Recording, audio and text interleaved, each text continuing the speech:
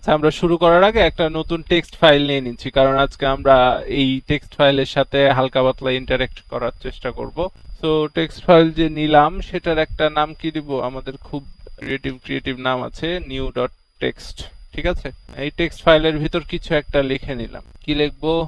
আমি কিছু পারি না, এখন আমি কি করব? ফেসবুক হ্যাক করা যাবে না, 3টা লাইন লিখলাম, কিছু নাই। হ্যাঁ, আর এগুলো শেষে আমরা একটা ছোটখাটো মিউজিক প্লেয়ার বানানোর চেষ্টা করব। ছোটখাটো, বেশি না। আমরা টার্মিনাল দিয়ে মিউজিক প্লে করব, কিন্তু বন্ধ করতে পারবো না। তো হোল্ড অন টাইট, আগেই পালায়েন। তারপরে বন্ধ হবে কিনা জানি না, আচ্ছা তখন দেখা যাবে। আমি যেগুলো দেখাচ্ছি ওগুলো কোনোটাই আমি ট্রাই করিনি, তো অনেকবার এরকম হতে পারে যে বলছি কিন্তু কাজ হচ্ছে না। যাই হোক, যে কোনো কাজ করতে গেলে তো ফার্স্টে একটা ভেরিয়েবল নিয়ে নিই। আজকে আমরা ফাইল নিয়ে কাজ করছি, সো ভেরিয়েবলের নাম নিলাম ফাইল। ফাইল সমান বলে দিলাম যে ওপেন করো। এটা একটা নতুন ট্যাগ, দেখেন চলে আসলো। যাই হোক, কি ওপেন করবা? আমাদের ফাইলটার নাম কি ছিল জানো? New dot TXT. এই ফাইলটা ওপেন করতে চাচ্ছিলাম, যে ফাইলটা এখন লিখে মানে তৈরি করে রেখে আসলাম। আর আচ্ছা, এটা একটা লিখলাম, পরে বোঝাচ্ছে, আগে লিখে নি।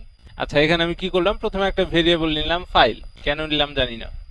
ফাইল সমান বললাম যে ওপেন করো। কি ওপেন করবা? New dot TXT. আমরা যে ফাইলটা ডেস্কটপে একটু আগে তৈরি করে রেখে আসলাম, দেখালাম, সেই ফাইলটা জাস্ট ওপেন করতে বললাম। ওপেন মানে কি সেটা কিন্তু বুঝে পাইথন, সমস্যা নাই, কম্পাইলার বুঝে। তারপরে আমরা আরেকটা ভেরিয়েবল নিলাম ডাটা। ডাটাটা নিয়ে বললাম যে ফাইল নামের যে আমার ভেরিয়েবলটা ছিল সেটাতে আমরা কি কাজ করেছি? নিউ ডট টেক্সট ফাইলটা ওপেন করেছি, সেটা এখন রিড করো।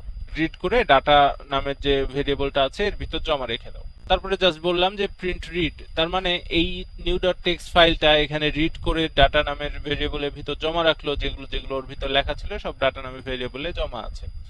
এখন যখন ডাটাকে প্রিন্ট করতে বললাম, ডাটার ভিতরে যেটা জমা হয়ে গেছিল এই ফাইলটা রিড করার পর, সেটা সুন্দর করে এখানে প্রিন্ট করে দিল। ওই যে আমরা টেক্সট ফাইলে যে 3 লাইন লিখে এসেছিলাম, আমি কিছু পারি না, এখন আমি কি করব, তারপর ফেসবুক হ্যাক করা যাবে না, বুঝছেন? ওই 3টা লাইন আমরা টেক্সট ফাইলে লিখলাম না, ওই লেখাটা সরাসরি এখানে প্রিন্ট করে দেখাই দিল যে তোমার যে টেক্সট ফাইলটা ডেস্কটপে ছিল সেটার ভিতরে এটা লেখা আছে। ঠিক আছে। আর যখন আমার কাজ শেষ হয়ে গেল তখন আমি ফাইলটা বন্ধ করে দিলাম, কারণ আমি খুলেছি, আমার এটা দায়িত্ব বন্ধ করা। এই, আর কিছু না।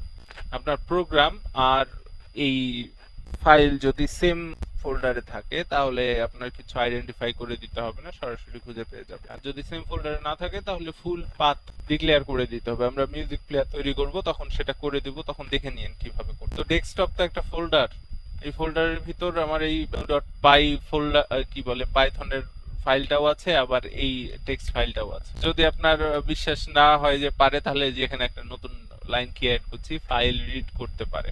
এই যে ওখানে তো আরেকটা লাইন অ্যাড করলাম, এখানে 3 লাইন দেখাচ্ছিল, দেখেন 4 লাইন দেখানোর কথা। হ্যাঁ, 4 নাম্বার লাইন যেটা অ্যাড করলাম, ডেস্কটপের ফাইল রিড করতে পারে, ওটাও প্রিন্ট করে দিয়েছে। তার মানে ডেস্কটপের ফাইলটা রিড করেই আমাদের এখানে দিচ্ছে, এখানে হিডেন কোনো ট্রিক্স নাই, বুঝছেন? এখন এখানে আরেকটা মজার জিনিস আছে, যে আপনি যদি শুধু রিড না লিখে রিড লাইন লিখে দিই, তাহলে তো বেশি লিখলাম, এখন বেশি প্রিন্ট করবে নাকি? এরকম কিছু মনে হয়? রান করে দেখি। ও যা, শুধুমাত্র আমি কিছু পারি না, মানে যেটা আমার ফার্স্ট লাইন ছিল সেই টেক্সট ফাইলে শুধু সেই লাইনটাই রাইট করতে পেরেছে, রিড করতে পেরেছে, ওই জন্য রাইট করতে পেরেছে। তাহলে এটা কি হলো? তো 2 নাম্বার লাইন দিয়ে দিলাম, এখন কি হয় দেখি। কি হলো? ইন্ডেক্সে চলে গেছে। আচ্ছা, আমরা এখানে 5 দেই, তাহলে হয়তো ক্লিয়ার হবে যে কি হচ্ছে। এখানে 5টা অক্ষর প্রিন্ট করেছে। ঠিক আছে, 5 দিয়েছেন, প্রথম 5টা অক্ষর প্রিন্ট করেছে। আচ্ছা, তাহলে আমাদের প্রথম লাইনে কয়টা অক্ষর ছিল দেখি? 1 2 3 4 5 6 7 8 9 10 11 12 13 14 15 16 17। প্রথম লাইনে আমাদের 17টা অক্ষর আছে। আচ্ছা, তাহলে 17টা আছে, আমরা 25টা প্রিন্ট করার চেষ্টা করি, তো কি হয়? তাহলে আমরা 25টা দিলাম, কিন্তু এখানে কি হইলো এখন? আমি কিছু পারি না, ফার্স্ট লাইনই প্রিন্ট করেছে নাকি? হ্যাঁ, আমি কিছু পারি না, ফার্স্ট লাইনই প্রিন্ট করেছে, বাট 17টা অক্ষর প্রিন্ট করেছে, পরের গুলো আর প্রিন্ট করতে পারে নাই। আরে 16টা দিলে একটা কম আসবে, এটা তো বোঝাই যাচ্ছে। এই যে এ কেটে গেছে, এটা স্বাভাবিক। তাহলে আমাদের হলো কি, এখন কি বুঝলেন? এটা হচ্ছে যে আমরা দেখেন এখানে বলে দিয়েছি রিড লাইন, একটা লাইন পড়ো।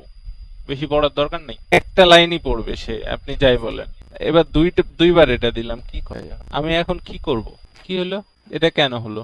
আচ্ছা, এটা দিয়ে আমরা কি বুঝছি যে প্রথমে যখন আমরা ডাটা ফাইল রিড লাইন দিলাম তখন সে এক লাইন শুধু প্রথম লাইনটা পড়লো, যখন সেকেন্ড বার রিড লাইন দিলেন তখন সে দ্বিতীয় লাইনটা পড়লো, কিন্তু দুইটার জন্য কোড আমি একটাই দিয়েছি, সো এখানে যেটা স্টোর হয়েছিল ওটাকে টেনে বের করে ফেলে দিয়েছে, তারপরে সেকেন্ড লাইনটাই যেটা রিড করলো সেটাই স্টোর করে দিয়েছে, ওই জন্য এটা প্রিন্ট হয়েছে। যদি সেরকম হয় তাহলে আমাদের ডাটা ওয়ান আর ডাটা টু দুইটা ভেরিয়েবলের ভিতর দুইটা লাইন পড়ে রাখলাম, দিয়ে এখানে শুধু প্রিন্ট করলাম ডাটা টু, তাহলে কি প্রিন্ট হবে দেখি। এখন আমি কি করব, এটাই তো প্রিন্ট হবে স্বাভাবিক। আচ্ছা, এটা কপি করলাম, পেস্টেই জীবন নিহিত নাকি, জীবনের আসল স্বাদ।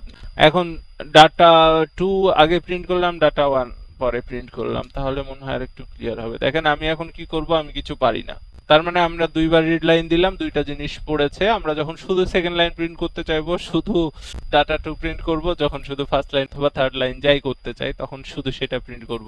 ঠিক আছে, তাহলে আমাদের রিড লাইন ট্যাগটা কিভাবে কাজ করছে সেটা মনে হয় শিখা হলো নাকি।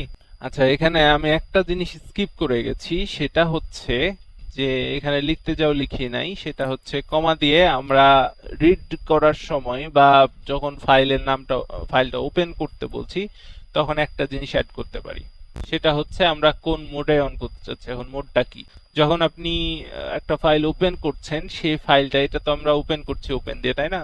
এই ফাইলটা ওপেন করলাম, সো এই ওপেন করার আপনার উদ্দেশ্যটা কি, আপনি কি করতে চান সেটাই এই ফিল্ডে বলে দিতে হয়। আপনি যদি কোনো কিছু না বলেন তাহলে সে রিড মোডে চলে যাবে, তার মানে শুধু পড়বে, আপনি লিখতে চাইলে আর লিখতে পারবে না যদি এখানে কিছু ডিক্লেয়ার না করেন। আবার রিড ডিক্লেয়ার করেছেন তাহলে তো ঠিক আছে, না ডিক্লেয়ার করলে সরাসরি রিড ধরে নেয় যে আপনি শুধু পড়ার জন্যই খুলছেন, আর কোনো কাজ করতে পারবেন না। আপনি যদি এখন রিড ছাড়া অন্য কিছু করতে যান তাহলে এই জায়গাটাকে আপনার মডিফাই করতে হবে। যেমন যদি আপনি রাইট করতে, মানে ফাইলটা যে খুলছেন সেটা বলছেন যে আমি ফাইলের ভিতর কিছু লিখবো, সেই উদ্দেশ্যে ফাইলটা খুলছি, তখন আপনাকে এখানে ডাব্লিউ লিখতে হবে, রাইট। আবার আপনি যদি অ্যাপেন্ড করতে চান তখন আপনাকে এখানে লিখতে হবে এ ফর অ্যাপেন্ড, সি এর জন্য এগুলো সেমই ছিল। বাট এখানে আর একটা জিনিস আছে, আমি ক্লিয়ার না হেজি, বাট আমরা প্র্যাকটিক্যাল করে দেখে নিব, সেটা হচ্ছে প্লাস। প্লাস দিয়ে যখন আপনি খুলবেন সেটা রিড রাইট দুইটা মোডেই অন হওয়ার কথা, মানে একসাথে রিড রাইট করতে পারবেন। যাই হোক, এটা এখন থিওরি, আমরা প্র্যাকটিক্যালি দেখব নি। তো এখন রিড তো করলাম এতক্ষণ, কিভাবে রিড করা যায় এতটুকুই, তো সেটা দেখা হইলো। এখন আমরা রাইটের দিকে যাই। রাইটের দিকে যাওয়ার জন্য এই যে এখানে যেমন আমরা এখানে ফাইল ডট রিড অথবা রিড লাইন করেছিলাম, কিন্তু এটা রিড করে আমরা যেহেতু কাজ করতে যাচ্ছি এই জন্য আমাদের একটা ভেরিয়েবলের ভিতর কি রিড করলাম সেটা সেভ করা লাগছে। এখানে আরেকটা জিনিস মনে হয় দেখে নিলে ভালো হয়, মানে ট্রাই করছি, হ্যাঁ, সেটা হচ্ছে আমরা যদি এই জিনিসটা তো আর রাখবো না, তো এটা এখানে নিলাম, এখানে কোনো ভেরিয়েবলের ভিতর সেভ না করে এখানে বললাম কন্ট্রোল ভি, আর এখানে বললাম কন্ট্রোল ভি। আমাদের অভ্যাস খারাপ না, খালি প্রিন্টের ভিতর যেটা সেটা ঢুকাইতে থাকে। এরকম করলে কি কাজ হবে দেখা যাক। হ্যাঁ, কাজ হয়ে গেছে, সেই রকম ফ্লেক্সিবল।